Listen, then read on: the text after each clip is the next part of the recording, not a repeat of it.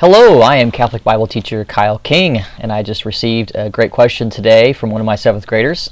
Kelsey asks, was Jesus scared to die on the cross? Was Jesus scared to die on the cross? Great question, Kelsey. My answer, short answer, is yes, he likely did. If you look at Gethsemane, the night before Jesus was crucified, he kind of looks like he's afraid. If we were to read it from Luke chapter 22, he says this, "Father, if you are willing, remove this cup from me. Nevertheless, not my will, but yours be done."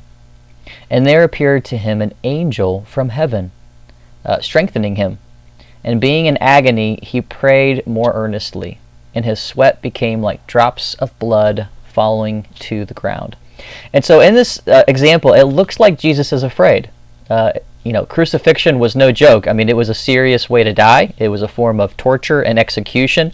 The Romans were really good about figuring out ways to shame the greatest criminals in their empire. And so crucifixion was slow suffocation, a slow drowning where your lungs would fill up.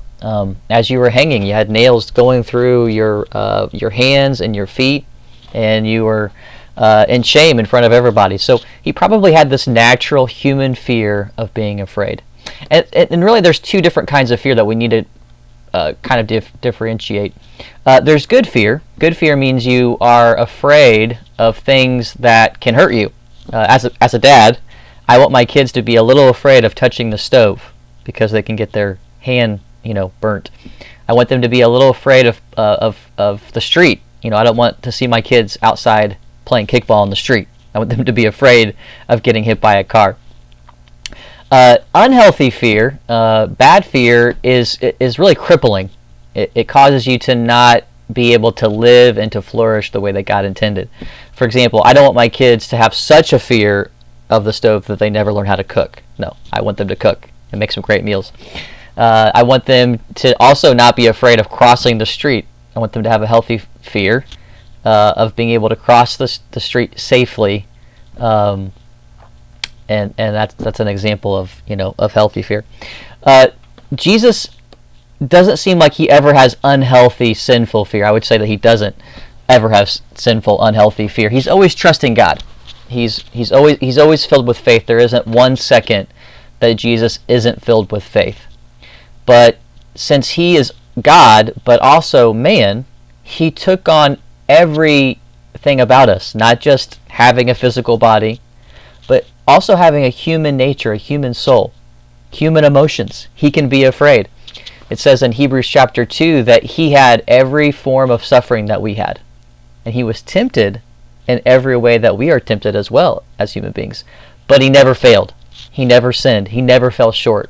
He actually was victorious through every human experience, even in the last final test, that of death.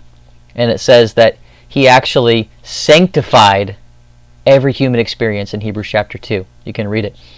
He made it holy. Even death itself can be a holy experience. We can still be afraid of it. But there isn't one second where we cannot trust God with his plan for our lives. Think about a missionary who might be called to a foreign land. They should have some healthy fear, but they should prevent themselves from ever having unhealthy fear. Healthy fear would say, okay, I'm going to follow God's will and become a missionary in a maybe difficult third world country. And I'm still though going to get a malaria shot. And I'm still going to make preparations. And I still am going to do certain types of things to keep myself safe so that this ministry that God's called me to can still thrive.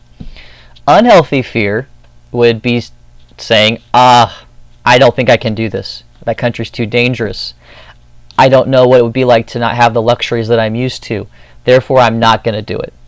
That would be an unhealthy fear and also sinful fear because God has called you to do something and you're rejecting him. You're not living by faith. You're living by crippling fear. And so, Kelsey, that's really my quick answer that yes, Jesus probably was afraid and scared to die. However, he shows us the way of faith. Actually, he's the only person who was crucified willingly. Everybody else, every criminal that hung on a cross, did it because they were forced to be there. Jesus said, I will be there. I will put myself there. And I will do this because I know this is part of God's plan for salvation, for the salvation of the world. And so he shows us as a person completely filled with faith that he's not going to let a little bit of fear stop him from doing what God has called him to do. And Kelsey and anybody else who's listening, I pray that you wouldn't be stopped by fear either. That even when you feel a little bit of fear, that it would be matched by great faith. If you feel like your faith is small, God can still use it. All you have to do is ask him to grow it. Grow it by reading the scriptures, praying, receiving the sacraments. We can't wait to get back into Mass after this quarantine season. But our faith can grow.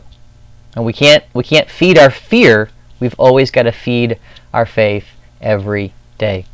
So Kelsey, thank you for the great question on this Good Friday. Everybody else, have a blessed day.